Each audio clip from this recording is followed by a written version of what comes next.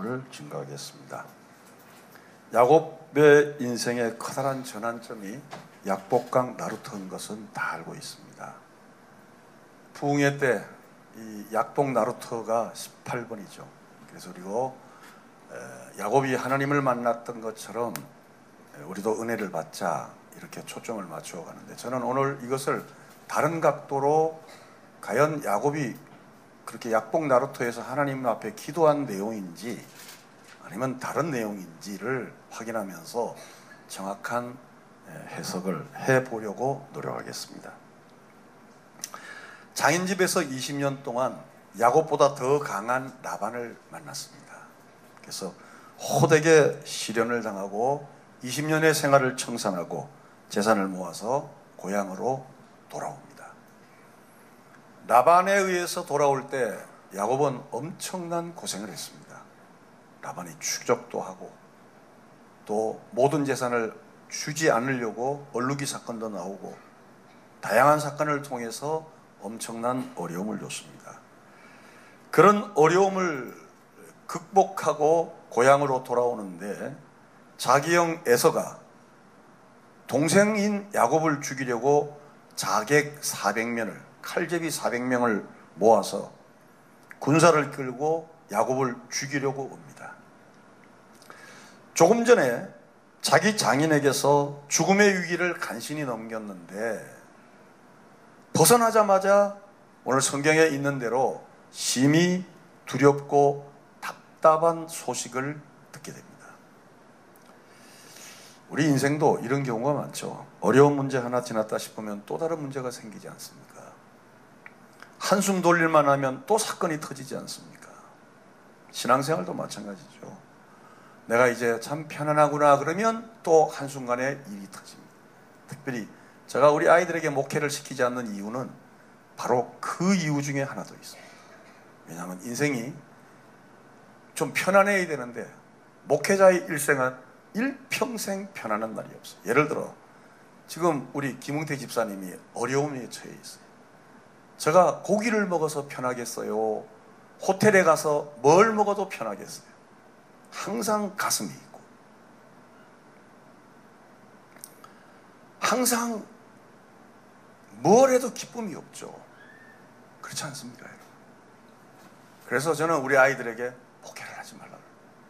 왜냐하면 이 목회자라는 것은 정말 쉬운 것 같은데도 어렵고, 우리가 요즘 신문지상에 보면 제가 목사 된 걸 후회할 정도로 여러 가지 사건들이 터지는데, 그건 많은 무수한 목사님들이 희생과 고생과 농촌과 어촌에서 한 교회를 세우기 위해서 그렇게 지금 선교사님들과 오지에서 고생하는 많은 분들 중에 한두 명이 그런 거지 다 그런 건 아니에요. 그래서 우리 인생도 마찬가지죠. 목회자뿐이겠습니까? 여러분도, 저는 어느 장로님하고 대화하다가 회사를 경영하는데 한 달 한 달 월급 주는 게 이게 너무너무 두렵다는 거예요. 그렇습니다.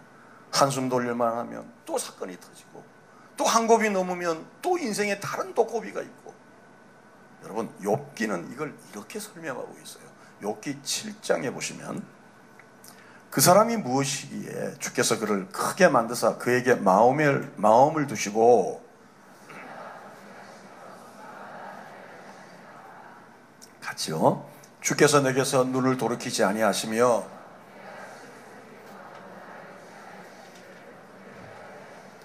얼마나 힘들었으면 주께서 내게서 눈을 돌이키지 아니하시며, 원문에 보면 분초마다라고 되어 있어요. 히브리어에 분초마다 내가 침을 삼킬 시간도 주지 않는다. 얼마나 힘이 들었습니까? 분초마다 시험하시고 침 삼킬 동안도 내게 여유를 주지 않는다는 거예요. 성도에게 왜 이런 고난이 따르고 성도에게 왜 이런 어려움이 따르는가? 지난주에 말씀했듯이 사람이 떡으로만 사는 것이 아니고 하나님의 입에서 나오는 말씀으로 산다는 것, 즉 주를 의뢰하라고, 우리에게 이런 시련을 주실 줄 믿고 우리에게 다가오는 여러 시련들을 잘 극복해서 성공적인 삶을 사는 귀한 저와 여러분이 되시기를 주님의 이름으로 축원합니다. 자, 지금 앞에는 에서가, 자기형 에서가 야곱을 죽이기 위해서 칼제비 400명을 데리고 옵니다. 지금. 이런 위기에 하나님은 언약의 백성인 야곱에게 이미 사인을 주셨어요. 형의 위협에 두려워하는 야곱을 하나님은 아시고 하나님의 군대를 먼저 보내주신 거예요. 할렐루야. 그 군대 이름을 따라합시다. 마하나임. 마하나임. 마하나임이라는 뜻은 하나님이 벌써 앞서서 나를 위해서 하나님의 군대를 보내주신다. 창세기 32장 1절입니다. 1절. 다시 한 번 더. 1절. 여러분, 하나님의 사자는 함부로 보는 게 아니에요. 하나님의 사자는 뭐 길 가던 행인이 보는 것이 아니고 특별한 하나님의 사람만 하나님의 사자를 볼 수 있어요. 그러니까 야곱이 앞에 에서가 400명의 칼제비가 데려오기 전에 이미 하나님은 야곱에게 하나님의 사자가 너와 함께 하고 너의 앞서서 여호와의 군대를 보내겠다. 마하나임 보내겠다고 약속을 했어요. 그렇다면 우리가 하나님의 사자를 보았다면 확신을 가지고 지금 가는 이 길이 하나님의 언약에 따라 되어주는 거라고 확신을 가지고 가야 될 줄로 믿습니다. 그러나 야곱은 그러지를 못했어요. 왜? 야곱은 계속 입으로는 하나님의 약속을 믿지만 행위로는 다른 짓거리를 하는 거예요. 하나님께서 당신의 일을 하실 때 하나님의 군대를 먼저 보내세요. 아마 우리 성현교회가 이제 하나님께서 이 교회를 통해서 이 지역을 섬기기 위해서 또 다음 세대를 준비하기 위해서 아마 이 모습 그대로는 하나님이 두지 않을 거예요. 할렐루야. 그러기 위해서는 하나님의 사자를 이 제단 앞에 먼저 보내어 주실 줄로 믿습니다. 그러면 성경적인 근거가 어디 있느냐는 거예요. 먼저 여호수아 5장 13절에 보십시다. 여호수아가 여리고에 가까이 이르렀을 때에 눈을 들어서 본즉 한 사람이 칼을 빼어 손에 들고 마주서 있는지라. 여호수아가 나아가서 그에게 묻되 너는 우리를 위하느냐 우리의 적들을 위하느냐 하니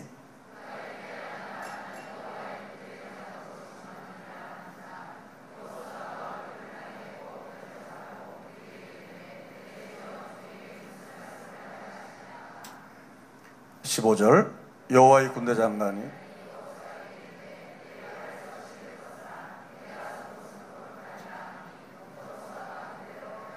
지금 이스라엘 백성들이 요단강을 건너서 여리고로 향하고 있습니다. 근데 이미 여호와의 군대 장관이, 여긴 군대 대장이라 그랬는데 원래는 군대 장관이 맞습니다. 군대 장관이 칼을 빼들고 나와 있는 거예요. 그러므로 이 전쟁은 이스라엘이 들어가서 이길 때 싸우는 전쟁이 아니라 이미 하나님께서 하나님의 약속에 의해서 시작된 전쟁이니 두려워 말라. 그래서 하나님의 언약을 의지하라. 먼저 앞서서 싸워주시는 하나님을 믿는 이 아침이 되시길 바랍니다. 또 한 군데 아주 유명한 사건이 나오죠. 이것도 부흥강사 목사님들이 설교를 많이 하는 도담선 사건입니다. 열왕기하 6장입니다. 왕이 이에 말과 병거와 많은 군사를 보내매 그들이 밤에 가서 그 성읍을 에워쌌더라.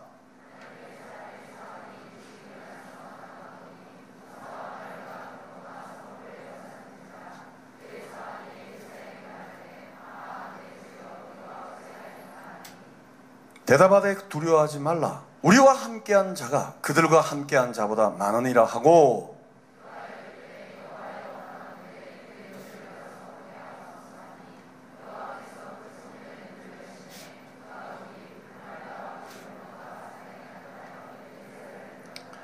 엘리사가 사는 도담성에 아람 군대가 밤중에 포효를 했어요.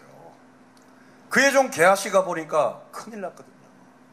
예, 밤중에 그 도담성을 다 아람 군대가 에워쌌다는 거예요. 그래서 엘리사 사환이 이거 보고 큰일 났다. 이제 우리는 다 죽었다는 거예요. 이제 우리가 도담성 안에 있는 사람은 끝이라는 거예요.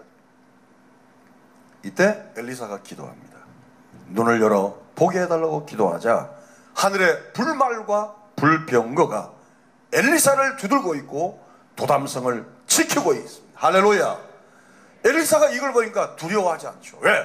하나님의 불말과 하나님의 불병거가 있으니. 그 다음 사건이 우리가 중요한 내용이에요. 아람 군대 장군이 문둥병에 걸렸잖아요. 그죠? 그래서 그 계집종에 의해서 찾아오죠. 그러니까 엘리사가 얼마나 간이 배 밖으로 기어나왔냐면 문 밖에 나와보지도 않고, 여러분 지금 일본이 우리나라를 지배할 때, 우리가 식민지로 있을 때 일본의 군대 장관이 나계동 목사한테 왔어요. 그래서 내 문둥병을 고쳐달라는 거예요. 근데 나계동 목사가 집에 앉아서 그 사람을 쳐다보지도 않고 요단강에 가서 몇 번 씻어라? 그 믿음이 어디서 왔어요? 그 믿음이 어디서 왔나요? 엘리사가 불말과 불병거를 보았어요. 할렐루야. 이건 순종을 이야기하는 게 아니에요. 7번 들어가니까 순종이니까 기적, 이런 얘기는 아닙니다. 이미 엘리사는 하늘의 불말과 하늘의 불병거를 여호와께서 먼저 싸우시는 그 하나님을 바라본 줄로 믿습니다. 저는 이 구시기도회가 여러분들이 앞서서 행하시는, 우리 가정에 앞서시고 우리 자녀들을 앞서시고 우리의 장래를 앞서서 싸워주시고 이루어주시고 채워주시는 하나님을 만나기를 주님의 이름으로 축원합니다. 믿음의 눈이 열리니까 아람 군대 장관도 그의 눈에 볼 때는 요만한 쥐새끼로 보이는 거예요. 그러니까 집 밖에도 나오지도 않고 요단강 가서 7번 물에 담갔다 오라는 거예요. 이 아람 군대 장관이 기가 막히잖아요. 식민지에 있는 이렇게 선지자가 자기한테 그러니까. 그러나 이미 엘리사는 여호와의 역사를, 불말과 불병거를 보니 그 마음속에 더 담대해집니다. 기도하면 담대해집니다. 은사를 받으면 담대해집니다. 우리 함께 기도할 때 아무리 이 세상이 험하고 어려워도 용기와 용맹과 담대와 마치 초대교회 역사처럼 이 악한 세상에서 다 이길 힘은 담대한 믿음으로 승리의 길을 걸어가게 될 줄로 믿습니다. 그러나 불행하게도 야곱은 하나님의 사자를 봤음에도 불구하고 또 다른 자기 살 길을 마련하는 거예요. 야곱의 생애를 보면 말로는 하나님의 언약을 이야기하면서도 계속 자기 계획을 믿습니다. 저도 우리 성도님들 중에서 예배에 대해서 중요한 걸 이야기하면서, 기도에 대해서 중요한 걸 하면서, 하나님 앞에 헌신에 대해서 중요한 걸 이야기하면서도 자기 계획을 짜는 사람들입니다. 여러분, 야곱이 본문의 야곱만 야곱이 아니에요. 오늘 저도 야곱일 수도 있어요. 여러분 자신들도 야곱일 수가 있어요. 우리는 입으로는 하나님의 언약을 이야기합니다. 입으로는 여호와 하나님을 나의 주 나의 하나님으로 고백합니다. 그러면서도 자기 계획을 세웁니다. 저는 이번 구시기도회가 암병 환자가 일어나는 기적이 일어나기를 축원합니다. 특별히 우리 김웅태 집사님 옥문이 열려서 나오게 되기를 축원합니다. 제가 이 강단에서 선포할 때는 분명히 하나님의 선한 역사가 있을 줄로 믿습니다. 그러나 우리는 이걸 하나님의 언약을 믿으면서도 또 다른 계획을 세우는 거예요. 제2의 야곱, 제3의 야곱이 현대교회는 너무 많습니다. 현대교회는 1000명의 성도가 있으면 900명이 야곱들이에요. 900명. 아니 950명이 야곱일 수도 있어요. 자기가 상황이 급하니까 하나님의 언약을 붙들고 기도합니다. 그러면서도 자기 계획을 또 세우는 거예요. 하나님의 언약을 믿으면 죽든지 살든지 하나님의 약속을 믿어야 되는데 하나님의 언약을 믿으면서도 자기 살 길을 또 찾는 거예요. 그래서 형의 분노를 풀기 위해서 하인을 먼저 보냅니다. 하인이 형 에서를 보고 갔다 와서 하는 얘기가 지금 400명이 칼 들고 당신을 죽이기 위해서 온다는 거예요. 그러니까 또 죽으면 죽으리라가 아니고 자기 계획을 가지고 또 나갑니다. 창세기 32장 7절입니다. 야곱이 심히 두렵고 답답하여 자기와 함께한 동행자와 양과 소와 낙타를 몇 대로 나누고? 8절입니다. 또 야곱이 뭐 쓰는 거예요? 머리 쓰는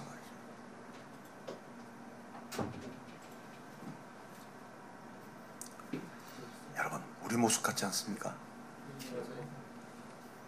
자기의 가축대를 두 대로 나누고 나서 남은 한 대를 치면 남은 한 대를 가지고 피하겠다는 거죠. 에서가 치면 어떻게 할 것을 계산하는 거예요. 또 다른 방법으로는 하나님께 기도해요. 하나님의 기도의 내용은 아주 신실합니다. 하나님의 언약을 따라 기도한 내용을 보면 얼마나 간절한지 몰라요. 하나님, 내가 지팡이만 들고 라반 집에 갔는데 하나님께서 나를 축복하셔서 가축이 몇 배나 늘었고 처자식이 생긴 것 말할 수 없는 하나님의 은혜입니다 하면서 머리 쓰는 거예요. 구체적으로 어떻게 머리를 쓰는가? 좀 길지만 우리도 야곱의 전철을 밟지 않기 위해서 이건 읽어야 된다고 생각합니다. 32장 13절입니다. 야곱이 거기서 밤을 지내고 그 소유 중에서 형 에서를 위하여 예물을 택하니,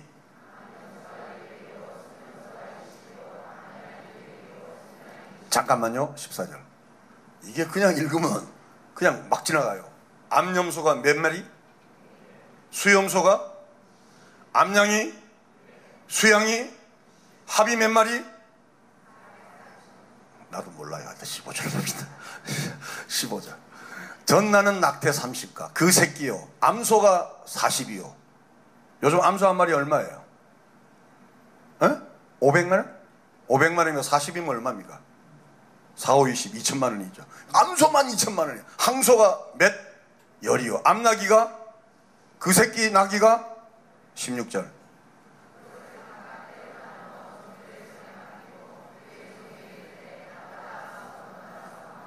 16절에 잠깐 보시면 이게 야곱이 얼마나 우리말로 하이바를 돌리는지. 잔깨. 이 신앙생활하면서 잔깨 많은 사람들은 골치 아파요. 하나님 앞에서는 단순해야 됩니다. 할렐루야. 여러분, 이 야곱을 보세요. 그것을 각각 때로 나누어 종들의 손에 맡기고 그것을 종에게 이르되 나보다 앞서 건너가서 각 때를, 지금 여러분 지금 이 소, 양, 항소, 암소 각 나누어졌는데 거리를 두게 하라는 거예요. 왜? 자기가 피할 시간을 벌겠다는 거죠. 17절에 보세요. 그가 또 앞선 자에게 명령하여 이르되 내 형 에서가 너를 만나 묻기를 내가 누구의 사람이며 어디를 가느냐, 내 앞에 것은 누구의 것이냐 하거든.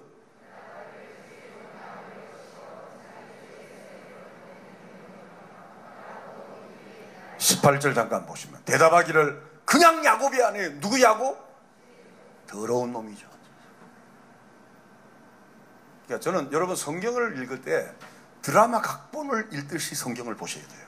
그러면 성경이 해석이, 성경을 성경으로 보니까 성질 나는 거야. 성경을 성경으로 보면 성질을 만나. 왜? 무슨 말인지를 모르니까. 그러니까 성경을 드라마 시나리오로 봐야 돼. 각본, 대본으로 봐야 돼. 내 앞에 것은 누구의 것이냐 하거든. 대답하되 주의 종 에서를 드디어 뭐로 부르기 시작하죠? 자기 살기 위해서. 19절 봅시다. 그 둘째와 셋째와 각대를 따라가는 자에게 명령하여 이르되 너희도 에서를 만나거든 곧 이같이 그에게 말하고,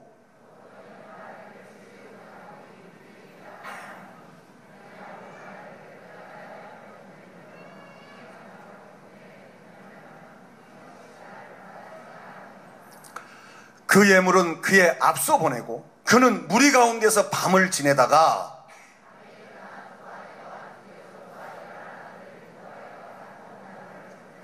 그래서 약복강까지 오게 되는 거예요.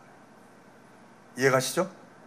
그러니까 우리가 그래요. 뭐 약복강에서 야곱은 기도하다가 은혜를 받았습니다. 여러분 우리도 약복강을 나갑시다. 주여! 노가리입니다. 이게 여러분 설교자가요 얼마나 거짓말을 많이 하는지 몰라요. 야곱은 약복강에 기도하러 나간 거 아니에요. 뭐 해서 나간 거예요? 살기 위해서 나간 거예요. 머리 쓰기 위해서 나간 거예요. 잔깨 쓰기. 따라합시다. 듣고 보니까 그 얘기는 옆 사람이 꼭 야곱같이 보여진대. 누가 야곱같이 느껴집니까? 그건 너, 바로 너. 아니, 그건 나. 끝까지 머리를 써. 저는 이 설교 준비하면서 저를 봤어요. 저를.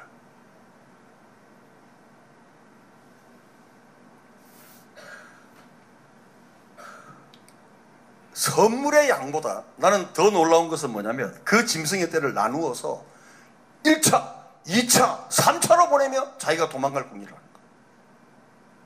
그러니까 우리가 여기서 한 가지 편견을 버립시다. 이제까지 듣던, 상식적으로 듣던 성경, 설교의 내용을 지워버리자고요. 왜? 야곱은 약복강에 기도하러 갔다 안 갔다? 모르겠다? 안 갔다는 거예요. 자기 살기 위해서 머리를 쓴 거예요.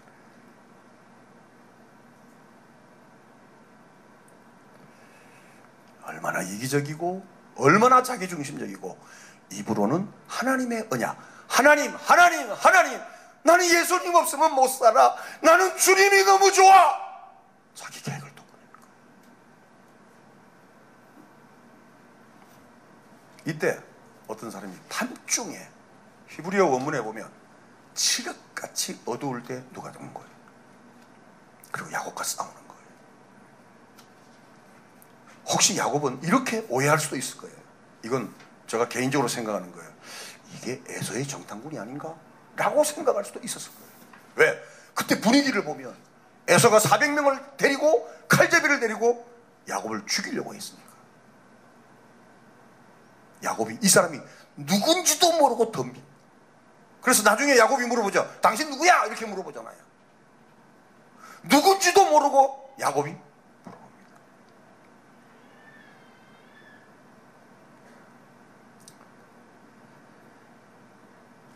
먼저 하나님의 천사가 야곱을 찾아오신 거예요.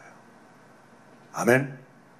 여러분, 언제 어느 때나 인간이 하나님을 먼저 찾은 적은 한 번도 없습니다. 하나님이 우리를 찾아오셨습니다. 저는 이 야곱의 약복강 나루터에서 부흥 강사들이 그런 설교 많이 하잖아요. 특별히 둘째 날 이럴 때, 마지막 날 같은데 슈 하면서 막 그러는데 아니라고 생각해요. 인간이 스스로 하나님을 찾은 적은 인류 역사상 한 번도 없어요. 항상 언제나 늘 하나님이 우리를 찾아오십니다. 믿습니까? 그리고 하나님과 상대해서 싸우는 거예요. 기도란 야곱이 먼저 하나님께 간구해야 돼. 여기선 기도가 아니에요. 누구지도 모르고 지금 싸우는 거예요. 이러한 야곱의 형태를 호세아서는 처절하게 기록하고 있습니다. 호세아서 12장입니다. 야곱은 모태에서 그의 형의 발 뒤꿈치를 잡았고 또 힘으로는 누구와 겨루고? 4절.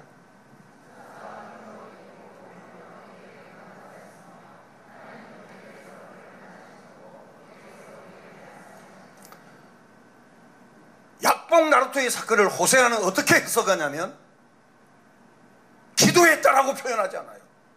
누구하고 붙었다? 하나님하고 붙어서 이겨먹으려는 거예요. 그러니까 자, 이제 주목. 이거 하나는 들읍시다. 잠을 자더라도 이제까지 야곱이 싸워온 형, 야곱이 싸워온 라반, 이것은 야곱이 형과의 싸움이 아니고 하나님과의 싸움. 이제까지 싸워온 야곱은 라반과의 싸움이 아니라 하나님과의 싸움. 자기의 싸움의 대상이 바로 하나님과 겨룬 거예요. 야곱은 모태에서 그의 형의 발뒤꿈치를 잡았는데 힘으로는 또 누구를 잡았더라? 하나님과. 그러니까 이제껏 라반과의 싸움과 에서와의 싸움을 성경은 뭐라고 해석하냐면 하나님과 싸운다. 어쩌면 지금 여러분들이 입으로는 하나님을 찬양하면서도 물질을 붙잡고 있으면 하나님과 싸우는 거예요. 하나님과 싸우는 거예요. 여러분이 입으로는 주를 찬양하면서도 교만에 앉아 있다면 지금 하나님과 싸우는 거예요. 이해가시면 하나님과 싸우는 거예요. 오늘날 교회 안에서 하나님과 싸우는 종자들이 얼마나 많은지 교회마다 시끄러운 거예요. 왜? 자기가 하나님이니까. 그때 백성들이 자기가 왕이므로 자기 소견에 옳은 대로 하는 거예요. 하나님과 싸워. 여러분을 지금 대적하는 남편이 있습니까? 아내가 있습니까? 직장 동료가 있습니까? 친인척이 있습니까? 성도가 있습니까? 그 사람과 싸움이 아니에요. 누구와 싸우고 있는 중이다? 하나님과 싸우고 있는 중이다. 3절 4절 다시 읽어보면 해석이 됩니다. 시작.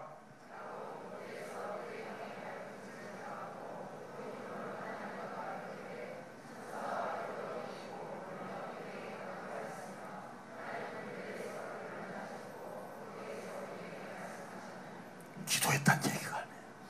지금 누구와 싸워 이기려고 한다? 하나님과 싸워 이기려고 한다.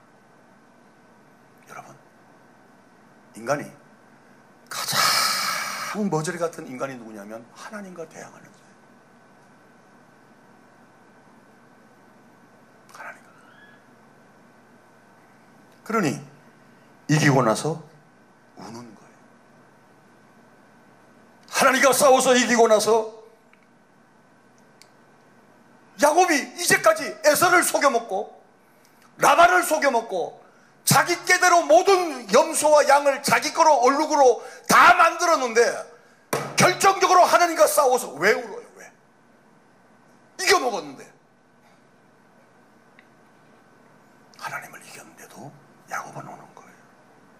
저는 여기서 야곱이 하나님을 이겼다는 말에 전 충격을 받습니다. 지금까지 야곱이 살아온 모든 삶이 사람과 하나님마저도 적으로 간주하고 싸워온 거예요.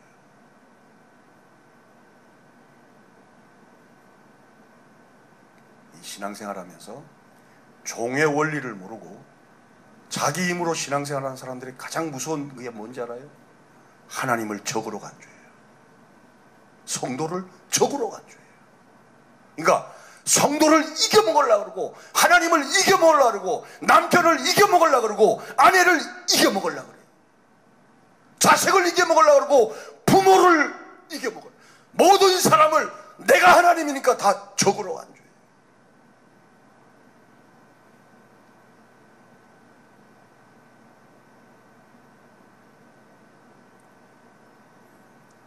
야곱이 살아온 모든 삶에 만난 모든 사람, 심지어는 하나님마저도 적으로 간주하고 싸워 이기려고 그러는 거예요. 여러분, 전례 설교와 같아요, 달라요? 다르죠. 약복 나루는 은혜 받는 장소가 아니에요. 야곱이 기도하러 나간 것이 아니에요. 하나님마저도 이겨먹으려고 그런 거예요.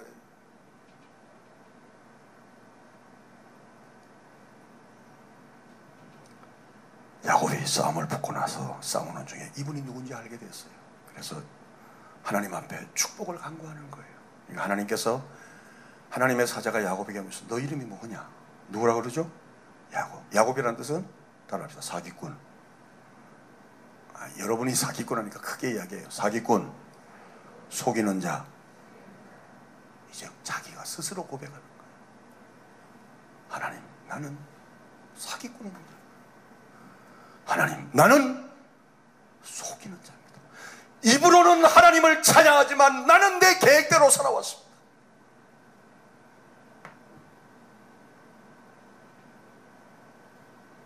그러자 하나님께서 너는 이제 이스라엘이라.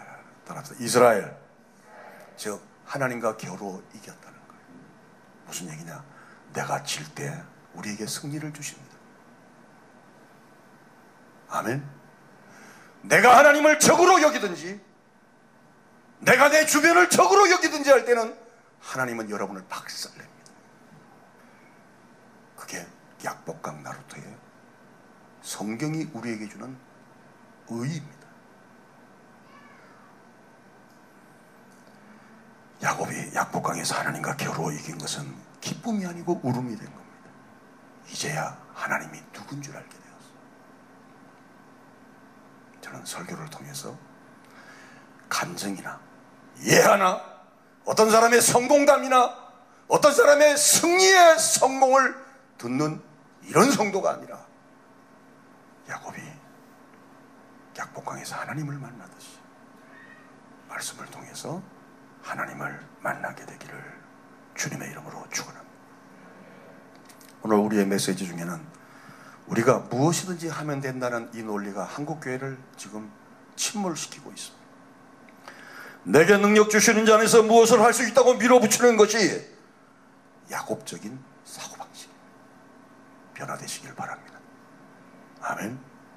저는 우리 교회 예배가, 우리 구시기도회가 약복 나루터가 되길 원해요. 이제껏 하나님의 언약을 고백하면서 하나님 식상할 정도로 하나님을 부르짖으면서도 나는 내 계획대로 가는 거야. 예배가 중요해, 기도가 중요해, 헌신이 중요해, 충성이 중요해 하면서도 나는 내 계획대로 가는 거야. 무서우리만큼. 왜?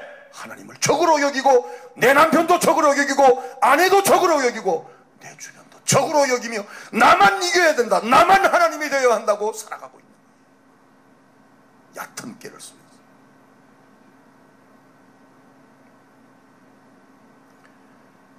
이러한 사고방식 때문에 하나님은 고통하시는 거예요. 지금까지 야곱은 자기 다리로 다니는지 알았어요. 그러나 이제는 도망 못 가는 절름발이 신세가 되었어요. 이제까지는 자기 두 발이면 어디든 가던 야곱이었어요. 그러나 하나님께서 한도표를 쳐서 남을 의지해서 일어날 수밖에 없는, 이제까지는 자기 인생은 자기 멋대로 살았어요. 그러나 이제는 하나님을 의지하지 않으면 안 될 절름발이로 만들어 놓은 거예요. 지팡이만 의지해야 일어날 수 있는 의존적인 사람으로 만드는 거예요. 여러분, 예수 믿는 사람들이 시시하게 보이죠? 예수 믿는 사람들이 시시하게 보이죠? 하나님 의지하고 장로님 의지하고 목사님 의지하는 거 굉장히 시시하게 보이죠. 그러나 내 인생은 내가 책임진다는 거 야곱적 사고방식이에요. 하나님을 의지하고 권사님들에게 기도를 부탁하고, 목사님 이 문제 기도해 주세요, 장로님 이 문제를 기도해 주세요. 의존적인 사람으로 바뀌는 거예요. 이제 우리는 저는 모습으로 하나님께 나아가게 되기를 바랍니다. 약복강을 지난 야곱, 이제는 이스라엘이 된 거예요. 하나님이 내가 약하다 고백할 때 그는 우리를 강하게 해주시고, 하나님 나는 아무것도 할 수 없습니다 할 때 그는 나를 인도해 주십니다. 그러나 하나님 앞에서 내가 내 소견에 옳은 대로 행할 때는 사업을 걷어가십니다. 육신을 치십니다. 자식의 앞길을 막습니다. 하나님은 전원자로 만들어서 결국은 하나님의 언약의 사람으로 인도해 가십니다. 특별히 우리 교육자 여러분, 얕은 깨를 쓰지 마십시오. 장로님들이요, 권사님들이요, 우리 안수 집사님들이요, 얕은 깨를 쓰지 마십시오. 하나님께서 치면 무섭게 치십니다. 의존적인 그리스도인. 여러분, 하나님이 두렵지 않습니까? 하나님이 늘 사랑의 하나님으로만 느껴집니까? 하나님이 부르시고 하나님이 환경에 변화를 주시고 나보다 더 강한 라반을 만나게 하시고 에서를 만나게 할 때 적으로 여기지 마십시오. 하나님이 내게 전원자의 모습, 약한 모습을 통해서 그리스도의 의를 이루려고 하는 거라는 거죠. 결론입니다. 여러분, 지금도 두 다리로 신앙생활하고 내 계획대로 믿음의 길을 갑니까? 그렇다면 언젠가는 여러분을 전원자로 만들 거예요. 그렇지 않으면 천국은 갈 수 없습니다. 천국은 예수님을 의지해야 가는 데지 내 두 다리로 가는 데가 아니에요. 믿습니까? 하나님마저도 나의 이익의 도구로 사용하려는 탐욕적인 오늘날 한국교회, 아니, 한국 교회는 문제가 없어요. 예배드리는 여러분, 하나님은 마저도 나의 이익의 도구로 사용하려고 하는 한국 교회 성도들,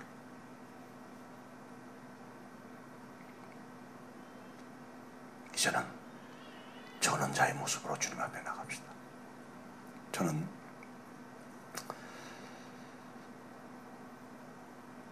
복음성가 중에서 내가 처음 주를 만났을 때 외롭고도 쓸쓸한 모습, 말없이 홀로 걸어가신 길은 영광을 다 버린 나그네. 오늘 설교가 이 안에 다 녹아 있다고 생각합니다. 혹시 설교에 미진한 분은 이 설교를 통해서 설교를 정리하시고, 또 오늘 설교가 정리되신 분들은 주님 앞에 고백하면서 이 찬양을 주님께 돌리기 바랍니다.